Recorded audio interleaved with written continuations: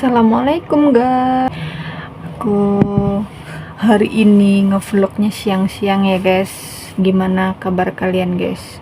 Ada apaan sih ini? Terus guys. Apaan sih? Tahu dah. Gimana kabar kalian guys dengan cuaca Hongkong yang tidak menentu ini? Hongkong lagi nggak menentu ya guys cuacanya. Kemarin itu panas seminggu, terus dingin, sekarang dingin lagi.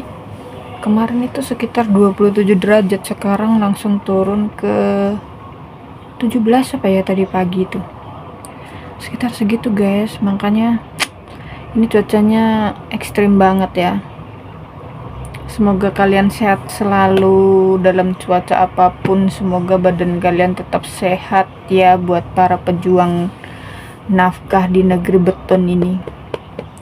Nah, aku tuh ngomong-ngomong mau bahas masalah, kan banyak tuh yang mbak tanya gini, kalau kerja di Hongkong tuh syaratnya apa aja sih, keluar negeri tuh syaratnya apa aja gitu kan. Sebenarnya syaratnya itu dibilang gampang ya nggak gampang, ya susah-susah gampang lah. Mana itu gitu kan. Misalnya ya, pertama kalau kalian single itu kakak, KTP, akte kelahiran, terus apalagi ya, surat izin orang tua, itu kalau yang single. Kalau yang sudah menikah itu surat izin suami. Nah, kalau udah kakak, KTP, akte kelahiran, terus surat izin. Biasanya sih kalau ada yang mencantumkan ijazah ya, tapi kayaknya aku kemarin itu nggak tahu juga sih. Tapi waktu aku aduh sampai kebelet-belet ngomong, waktu aku ke Taiwan itu aku diwajibkan pakai ijazah, jadi aku pakainya ijazah SMP kayak gitu guys. Jadi ijazah SMA aku taruh dan nggak mau pakai, jadi aku pakai ijazah SMP aja gitu. Nah, itu harus kalian tahu, itu nggak boleh difotokopi. Jadi data kalian itu yang dipakai asli guys, dan itu yang buat jaminan kalian selama potongan di PT. Jadi kalau kalian misalnya kabur, potongan belum habis, nah jaminannya itu surat-surat kalian itulah yang ada di PJTK itu. Nah, kalau prosesnya itu pun sebenarnya dari pertama itu, awal kita proses itu kan yang pertama kita pasti harus medical dulu ya guys. Ini nih jalan yang pertama yang harus kalian lewatin nih. Jadi kalian itu harus medical dulu. Medical check up itu dari keseluruhan ya, dari atas sampai bawah itu kalian di medical kayak gitu. Nah, ini jalan utamanya. Kalau dari awal ini kalian udah unfit itu misalnya kalian itu ada satu penyakit apa gitu, nah itu kalian udah nggak bisa guys. Jadi awal mulanya dari situ kalian bisa lanjut ke step selanjutnya atau enggak gitu. Oh, jadi kalau misalnya ada yang tanya, oh jadi kalau mau jadi calon TKW itu harus ada step-stepnya. Iya, karena step awalnya itu dari medical tadi itu. Nah, medical udah kalian beresin tuh berkas-berkas kalian tuh yang kurang apa kayak gitu, baru lanjutlah kalian ke yang dinamakan penampungan itu, yang kayak BLK gitu guys, tempat sekolahnya. Nah, selama sekolah itulah proses kalian belajar bahasa, terus ya pokoknya diajarkan di sana itu gimana cara bekerja. Yang nggak tahu memegang cara kan di luar negeri ini, nggak di luar negeri juga sih sebenarnya, setauku juga kalau kita kerjanya di rumah elit yang di bagian Jakarta itu ya kayaknya udah pakai yang zaman-zamannya udah canggih lah, pakai kayak penyedot debu kayak gitu. Terus cara pakai apalah, pokoknya diajarin semua dari hal-hal yang namanya kita pekerja rumah tangga kan, bersih-bersih itu semuanya harus kita bisa pegang kan, kayak gitu. Nah, itu di penampungan itu atau di BLK itu kita diajarkan. Di situ kita sambil belajar bahasa, praktek juga. Ada yang jaga lansia, diajarin jaga lansia itu gimana kalau yang misalnya sakitnya udah pikun atau sakitnya udah jompo kayak gitu, ibaratnya kayak badan ini udah nggak bisa ngapa-ngapain tuh, kita diajarin bagaimana cara ngangkatnya, cara ganti popoknya, cara apa ya, pokoknya semua itu detail di sana diajarin. Menjaga bayi juga kayak gitu, diajarin cara bikin susunya, cara ngukur suhu susu itu harus berapa, terus cara mengocoknya aja kan. Kalau kita di Indonesia itu begini ya guys, nih misalnya ini botol susu nih ya, itu kan kita bikin terus kita kocok gini kan. Nah ternyata itu salah guys, kita itu sebenarnya nggak boleh ngocok itu kayak gini karena ada buihnya, jadi itulah yang bikin perut bayi itu kembung. Jadi kita tuh harus diginikan, dipelintir gitu guys. Kalau ini aku pun itu taunya dari PT ya guys, dari BLK aku diajarin kayak gitu. Nah masalah job itu, entah kita besok interview agent itu, entah kita dapatnya jaga baby atau jaga orang tua atau cuman bersih-bersih doang, itu kan kita nggak ada yang tahu. Cuman kalau soal pengajaran itu keseluruhan kita diajarin semua, entah itu jaga bayi, entah itu jaga lansia, entah itu jaga anjing. Jangan salah ya guys, di sini tuh peliharaan pun ada. Jadi di sini tuh ada yang melihara kura-kura tuh guys, yang kecil itu. Kalau orangnya terlanjur kaya nih, crazy rich katanya orang-orang, kebanyakan uang, itu kura-kura mereka pelihara, terus mereka itu memanggil pembantu untuk membantu menjaga itu si kura-kura itu. Ada kejadiannya di sini juga ada. Waktu itu aku ditawarin job jaga kayak gitu, cuman aku pikir-pikir kok lucu juga ya jobnya. Cuman memang rumahnya besar, jadi selain jaga itu kura-kura juga mereka bersih-bersih rumah atau apa segala macem gitulah. Nah terus gini guys, sampai mana tadi aku bahasnya ya kan, lupa aku jadinya.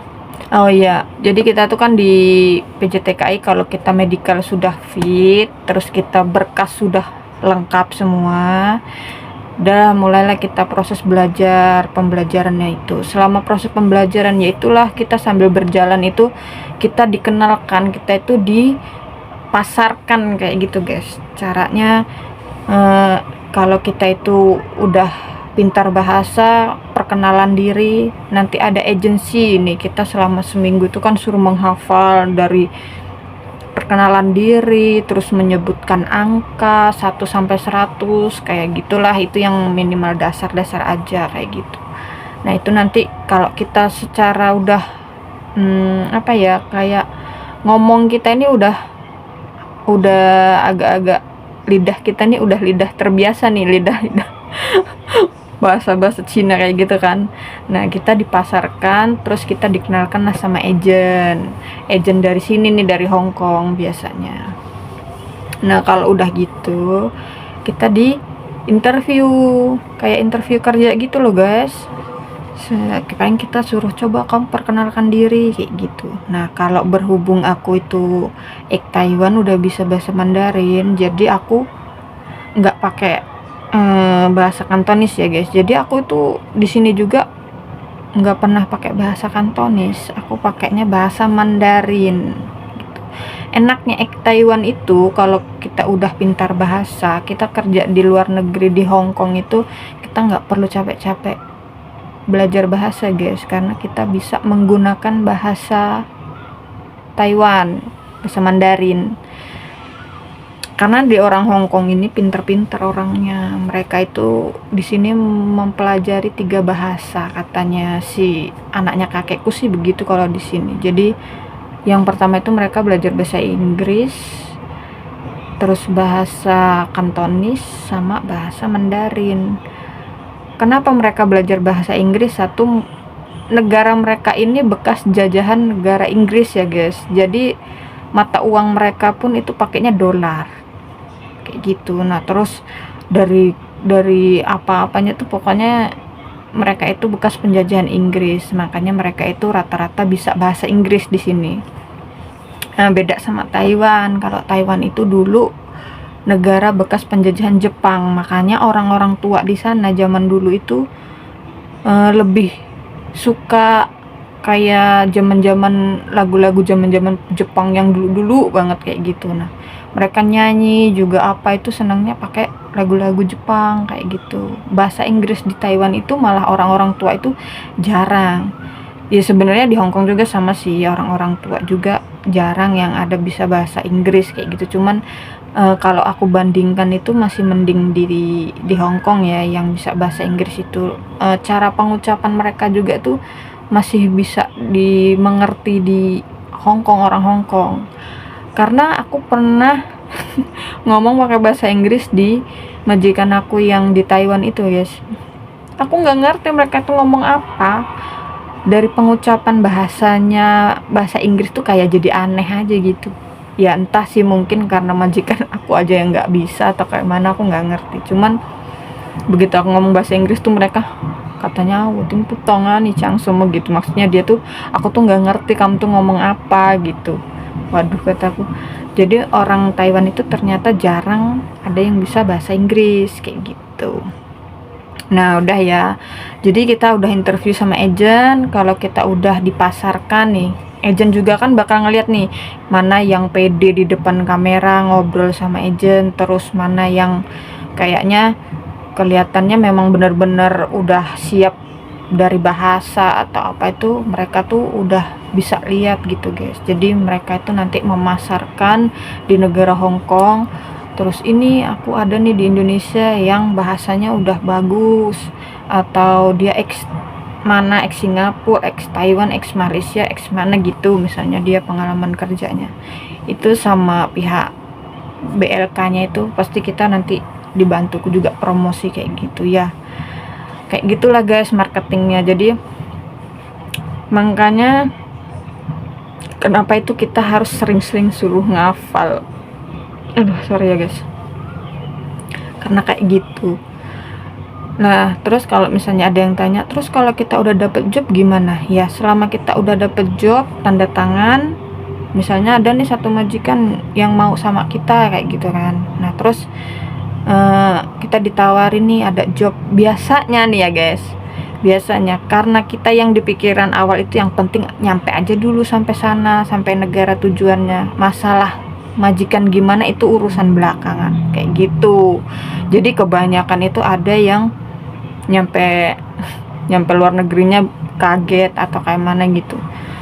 Jadi misalnya kayak nih jobnya jaga nenek atau bersih-bersih atau jaga anak kecil kayak gitu kan, anaknya sekolah umur 7 tahun kayak gitu kan. Kalau 7 tahun sekitaran di Indonesia SD kelas 1 lah ya kayak gitu, kerjanya begini kayak gitu kan. Nah kalau kitanya ya udah oke kayak gitu kan, ya udah kita tanda tangan job nih, tanda tangan job selesai, kita udah, nah itulah yang baru diurus-urus semuanya. Selama kita sekolah, selama nunggu itu, barulah kita itu menunggu step selanjutnya, yaitu pengajuan visa kayak gitu, visa tempat tinggalnya kita di negara luar negerinya itu yang negara tujuannya.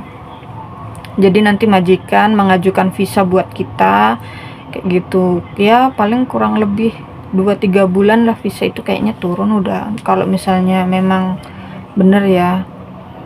Nah waktu zaman aku itu kan covid ya guys, jadi masih parah-parahnya covid itu, visaku tuh aku dapat majikan itu paling terakhir di antara 8 kawanku yang bareng tuh. Jadi aku itu terbang duluan bareng 3 orang, visa aku juga yang duluan datang, yang duluan ready kayak gitu visanya. Jadi kalian itu nggak bisa menentukan oh aku udah dapet job berarti aku terbangnya cepet, nggak bisa guys. Karena biasanya majikan itu ada yang ngekip duluan CC atau mbak kayak gitu, buat nanti misalnya nunggu setelah si CC-nya ini masih ada setengah tahun lagi nih, yang di sini misalnya mau finish kontraknya, dia mau pulang itu masih kurang 6 bulan lagi. Jadi selama 6 bulan dia itu memproseskan kita yang habis tanda tangan itu ya sampai si pembantu lamanya itu pulang kayak gitu, baru kita diredikan ke sini, ke Hong Kong kayak gitu. Ada lagi yang kayak aku, sistem aku kan yang aku rasain kemarin, aku begitu tanda tangan job, udah selesai tanda tangan job, aku nunggu 1 bulan lebih kayaknya tuh visa aku udah ready kayak gitu. Jadi aku tuh termasuknya cepet. Nah itu udah habis itu aku terbang kayak gitu. Jadi bukan penentu kalian itu udah jobnya udah ada terus aku bakal cepet-cepet nih aku mau terbang kayak gitu kan, enggak juga. Jadi itu bukan penentu kalian itu cepat terbang atau enggak setelah kalian tanda tangan job. Jadi semua itu tergantung dari majikan. Kalau visa kalian udah ready, majikan belum nentuin tanggal terbang kalian ke sini, ya kalian belum bisa kayak gitu. Jadi kalau visa udah ready, job udah ready pun belum menentukan kalian itu terbangnya cepet atau enggak kayak gitu ya guys. Di garis bawah itu kalian biar tahu. Jadi kan misalnya kalau ada yang bertanya-tanya, kok aku job udah ready, visa udah ready, kok aku nggak diterbang-terbangin kayak gitu kan, misalnya ada yang bertanya-tanya. Kemungkinan itu si majikan masih ada pembantu yang lama, jadi nunggu dia finish dulu baru dia panggil kita gitu, kemungkinan kayak gitu guys. Nah kayak aku kemarin begitu sampai di Hong Kong, aku itu di karantina 21 hari guys di hotel. Jadi aku cuman makan tidur, tapi aku digaji. Aku nggak tahu ya kalau kawan-kawanku yang lain itu digaji atau enggak, cuman aku digaji selama 21 hari itu aku digaji guys. Jadi aku makan tidur di hotel itu karantina, aku digaji kayak gitu. Enak ya makan tidur digaji ya, enak nggak enak, karena begitu datang pun kerjaanku tuh ternyata aduh ribet banget guys ya. Kalian lihatlah vlog aku sebelumnya yang awal-awal itu kan aku jaga nenekku yang dulu itu, kerjaanku itu kayak apa, jarum jam guys, jam segini jam sekian itu udah ada jadwalnya masing-masing kayak gitu. Pertamanya aku tuh sampai sakit kepala ngeluh karena waduh bisa enggak ya aku, tapi ya lama beradaptasi sampai di luar kepala kayak gitu. Nah yang lebih ribetnya lagi itu kan kadang ada yang nanya, kok aku nih sampai tahun-tahunan di PJTKI atau di BRK, kok aku nggak dapet job, nggak dapet ini. Kemungkinan tuh banyak faktornya ya guys. Yang pertama itu kemungkinan dari badan atau dari cara bahasa kalian atau apa. Karena orang sini itu rata-rata pasti cari itu yang badan gede, karena mereka tuh ngiranya yang badan gede tinggi itu tenaganya kuat, banyak gitulah intinya.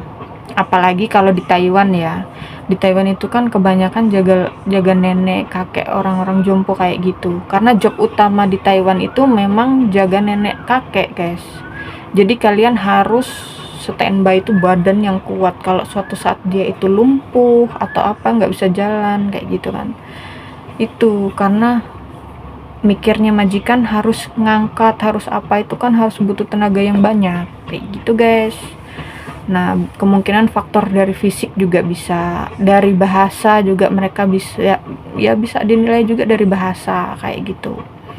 Nah yang ketiga ini biasanya faktor dari berkas kalian, misalnya ada masalah atau enggak kayak gitu. Nah di Taiwan itu kan ada sistem mau pengajuan visa itu namanya TETO. Nah kalau di TETO itu kalian misalnya punya dua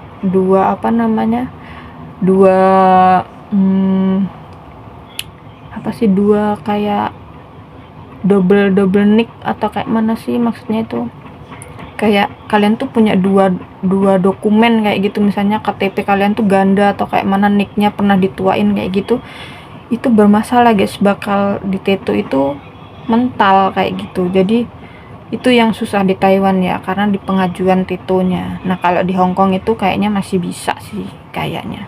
Nah cuman banyak kawanku yang bilang yang dulu kerja di Taiwan sama di Hong Kong itu membandingkan mereka itu tetap enak di Taiwan kerjanya, karena orang Hong Kong itu rata-rata keras dari segi bahasa, dari cara mereka ngomong. Orang sini tuh nggak segan-segan loh guys ngomongin kita itu, nggak sopan, kamu goblok, kamu bodoh, kayak gitu. Itu mereka tuh nggak segan, nggak kayak kita itu kadang masih nggak enak hati atau nggak. Kalau orang sini tuh udah nggak ada itu, kayaknya udah perasaannya udah, ya kalau kamu goblok aja lah, kayak gitu intinya, ceplos-ceplos gitu loh guys. Nah itulah kadang-kadang yang bikin mereka itu keras. Nah terus dari sistem kerjaan juga Hong Kong itu lebih kerasnya karena mereka itu nggak mau rugi bayar kita itu, dia itu nggak mau rugi. Kamu lo udah dibayar, aku nggak mau lihat kamu itu nganggur kayak gitu. Kamu istirahat itu ya mungkin dikasih waktu istirahat, makan aja guys, udah makan. Pokoknya kalau ketemu majikan yang nggak baik, dia ngeliat kamu duduk aja pun mereka nggak suka kayak gitu kan. Jadi gimana caranya kamu seharian full ini kamu bekerja kayak gitu. Makanya banyak yang bilang Taiwan sama Hong Kong itu bedanya jauh, karena di Taiwan kita jaga nenek, ya fokus aja jaga nenek, bersih-bersih itu bisa sambilan kayak gitu. Ya semua tapi tergantung, apalagi ya, tergantung ke nasibnya ya.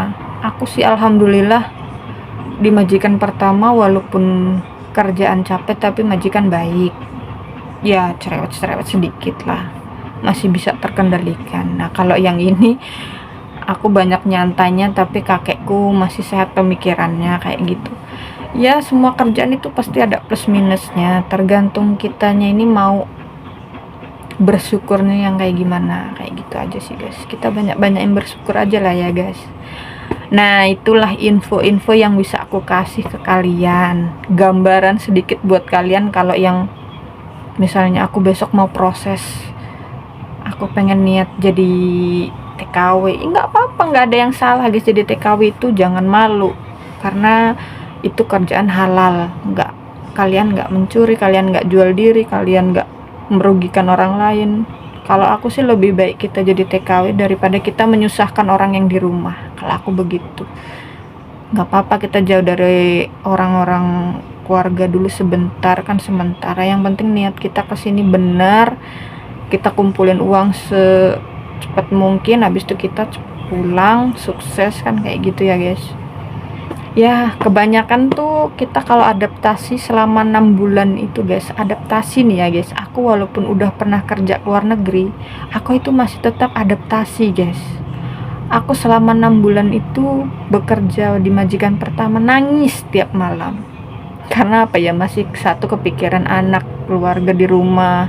Terus yang kedua masih adaptasi dengan teman kerja dan majikan kayak gitu. Jadi ya aku pun masih merasakan adaptasi lagi gitu. Jadi nggak usah takut. Tapi setelah 6 bulan ke depan, mudah-mudahan udah lancar, udah betah kayak gitu kan. Kerjanya tuh udah bisa kita handle tuh gimana cara nanggulanginnya kayak gitu guys. Oke. Jadi buat kalian kalau ada yang mau daftar jadi TKW, nggak usah malu, nggak usah minder, nggak usah gimana-gimana, tetap semangat aja. Yang penting kalian nggak nyusahin orang, nggak merugikan orang, kalian bangga dengan usaha kalian sendiri kayak gitu ya guys. Oke, udah segitu dulu ya, aku mau tidur siang. Aku udah ngantuk guys tuh. Udah oke. Makasih ya, jangan lupa di komen. Buat kalian yang mau tanya-tanya boleh di komen, nanti aku jelasin di video, oke? Komen aja ya guys. Jangan lupa di komen, di like, terus di subscribe ya video aku. Makasih, bye-bye. Assalamualaikum.